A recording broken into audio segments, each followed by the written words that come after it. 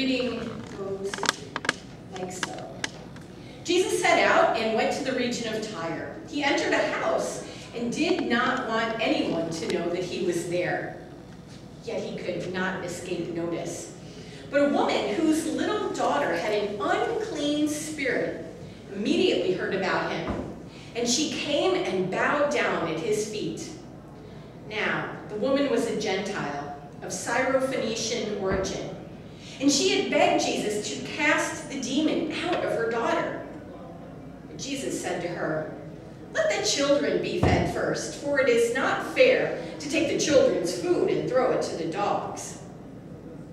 But she answered him, "Sir, even the dogs under the table eat the children's crumbs." So Jesus said to her, "For saying that, you may go. The demon has left your daughter." So she went home and found the child lying on the bed and the demon gone. Then he returned from the region of Tyre and went by way of Sidon toward the Sea of Galilee, in the region of the Decapolis. They brought him to a deaf man who had an impediment in his speech, and they begged Jesus to lay his hand on the man. He took him aside in private, away from the crowd, and put his finger into the man's ears, and he spat and touched his tongue.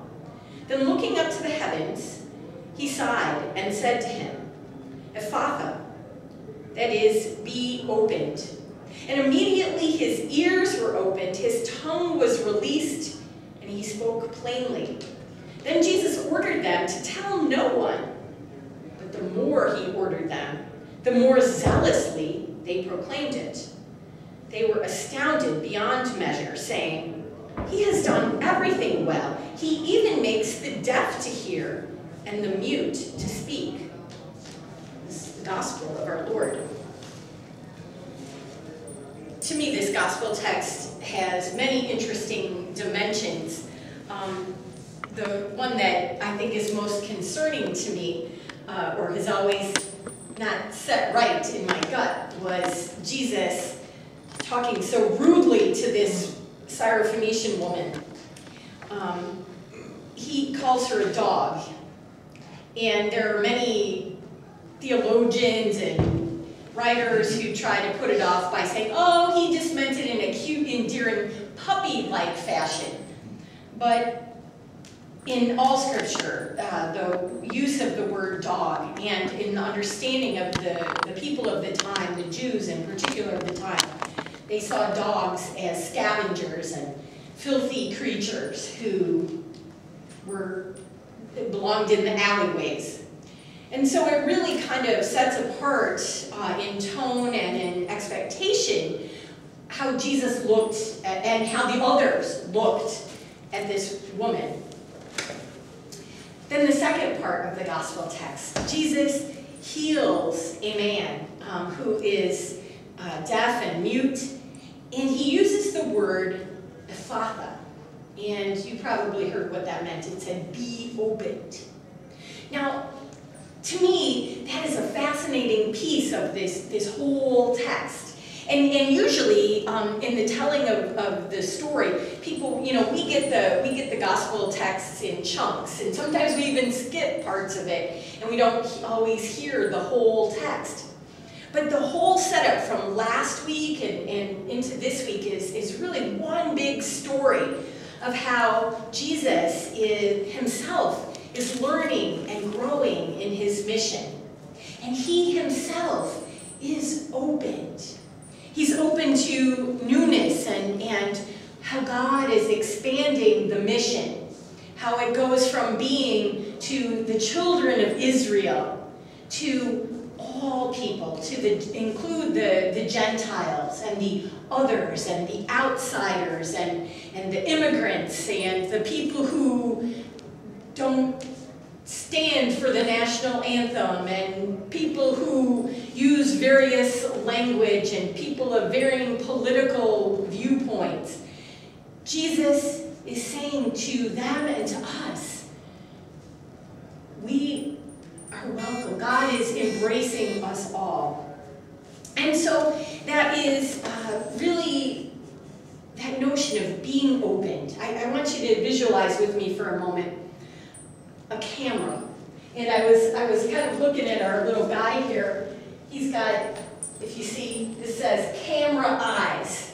And so one of the things, if you notice, a camera, it does what? It has a shutter, and it opens, right? And it collects the light so that the image can be captured. And I think when we hear in our text today, be opened, God is saying that, Jesus is maybe saying that tongue in cheek, be opened, because he knows for himself that we all, he himself included, need to be opened to God's light, so that the image of Jesus can be the image of God can be captured on our hearts. And then as our other text that we don't really hear so much today from the writer of James is that with our hearts, with the impression and image of Jesus on them, that we should not just hear the word, but we should do the word, that we should live it out in all we say and do. That we take that light, that an image that is imprinted on our hearts, and we share it in the world. And we share it with whomever we meet. And that we give that image, that reflection of God to each and every person. And the reason then that we do that is so that all are welcomed. That all those who might feel are outside are brought into the notion of God's love.